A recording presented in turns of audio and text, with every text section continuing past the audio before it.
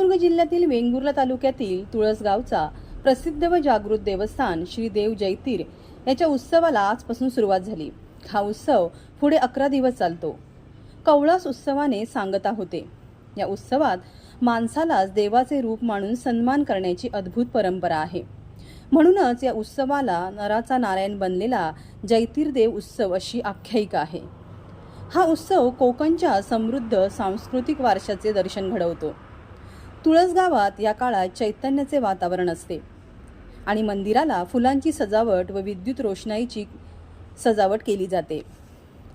विशेष म्हणजे जैतीर उत्सवात शेतीच्या कामासाठी लागणारी अवजारे तसेच घोंगडी अशा साहित्यांचा एक बाजार या उत्सवात भरलेला असतो। हे एक आगळे वेगळे वैशिष्ट्य असते।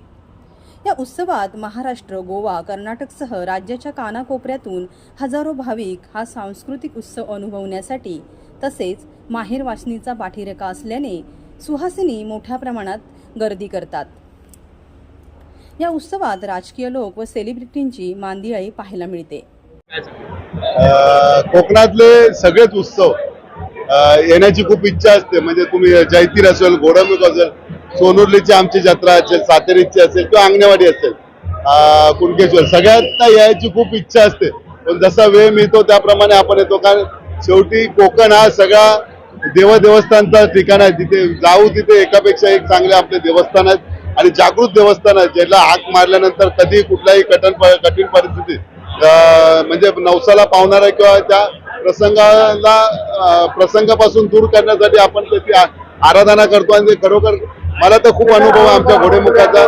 कधी कठीण परिस्थितीत हाक मारल्यानंतर त्यातून आपोआप काहीतरी मार्ग निघून त्यातून कुठला तरी चांगला प्रसंग येतो। म्हणून मी कोकणातलं आता वेळेअभावी मला ते मिळत नाही, परंतु लहान असताना जैतीर आम्ही कधीच सोडलं नव्हतं। मला वाटते हल्ली आता जवळजवळ मी नाही म्हटलं तरी 5-1 वर्षांनी जैतीर आलेलो होते। पण काल सातेरीचा वाढदिवस होता, तर काल मला यायची इच्छा होती, पण काल सुद्धा यायला जमलं नाही। परंतु काल तिकीट कॅन्सल करून मग शेवटी शुक्रवारची तिकीट आम्ही घेऊन जैतीराचं दर्शन घेण्यासाठी आज आलो। कोकणात सध्या आंबा काजू बागायतदारांवर सध्या संकट आहे, तर काय साखर घातले जैतीराला मी एवढेच साखरा घालतो, जे कोण सध्याचे राज्यकर्ते आहेत त्यांना सुबुद्धी दे। कालचा सुद्धा जो मोर्चा होता तो फक्त आम्हाला काय कोणाची अडवणूक करायची नव्हती, परंतु मुख्यमंत्र्यांनी जी चेष्टा केली आमच्या कोकणाच्या बागायतदारांची, 220 रुपये पर झाड एवढा त्यांनी ते नुकसान भरपाई डिक्लेअर केले। आज तुम्हाला माहिती आहे, मला माहिती आहे की कोकणात एका झाडाला कमीत कमी 400 ते 500 रुपये खताला लागतात आणि आपली घोर चेष्टा केलेली आहे।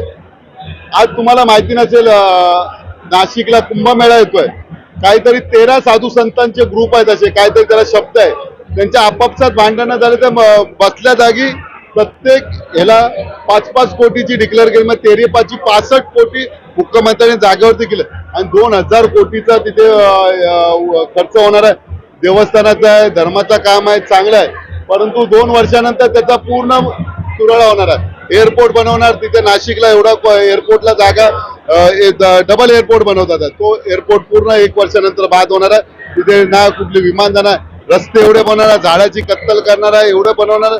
त्यापेक्षा माणूस म्हणून जगतोय कोकणी माणूस, कधी कोकणी माणूस कोणाकडे हात पसरत नाही, परंतु आजची 2-3 वर्षामध्ये खरोखर या वातावरणाचा, क्लायमेटचा इफेक्ट त्यांच्या बागायतवरती होता। आज तुम्ही आता कोकम सुद्धा होत नाही, काजू होत नाही आणि आंबा होत नाही। आणि कोकणाची जी काही आर्थिक कणा आहे या 3 याच्यावरती अवलंबून असतं, काजू, कोकम आणि आंबा। आणि तेच जर ढासळला तर कोकणी माणूस जगणार कसा? कारण आजकाल शेती जरा कमी करतात आणि ते फक्त भात शेतीच असते। या तिघांवरती त्यांचा पूर्ण वर्षाचा आराखडा तयार असतो। त्यासाठी मी जैतीराकडे एवढाच साकडा घालतो की खरोखर त्यांना सुबुद्धी आणि कोकणाकडे लक्ष द्यावं। दरवर्षीप्रमाणे जैतीर देवतेच्या कार्यक्रमाला संपूर्ण महाराष्ट्रातनं असंख्य लाखो मंडळी या ठिकाणी मंदिरामध्ये आशीर्वाद घेण्यासंदर्भात येत असतात आणि अनेक वर्षाची परंपरा असलेली आपली जैतीर मंदिराची खासियत आहे की ज्यावेळी जी गोष्ट आपण देवतेकडे मागणी करतो ती मागणी पूर्ण ही देवता करते आणि असंख्य लाखो भाविकांची श्रद्धा आपल्या देवतेवरती आहे। या ठिकाणी सिंधुदुर्गातनं फक्त नसून तर 36ही जिल्ह्यातनं, मुंबईच्या सर्व पट्ट्यातनं या ठिकाणी देवतेकडे आशीर्वाद घेण्यासाठी मुंबईची सर्व मंडळी या ठिकाणी आलेली आहे। मी भारतीय जनता पार्टीचा एक छोटासा कार्यकर्ता म्हणून या ठिकाणी संपूर्ण जनतेस पुढील भविष्य अतिशय महत्वाचं आणि चांगलं आरोग्य लाभो यासाठी जैतीर देवतेकडे एक आशीर्वाद मागत आहे. आपल्या जनतेला कोणताही त्रास होऊ नये आणि आंतरराष्ट्रीय स्तरावरील असलेले युद्ध या ठिकाणी थांबणं काळाची गरज आहे.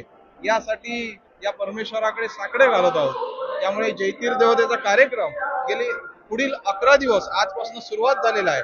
हा 11 दिवसाचा कार्यक्रम खूप सुंदर आणि चांगला व्हावा हीच मी परमेश्वराकडे आराधना करत आहे. उत्सव म्हटलं की पावसाची चाहूल लागते. बळीराजाचा पुढचा जो कालावधी असतो तो असतो.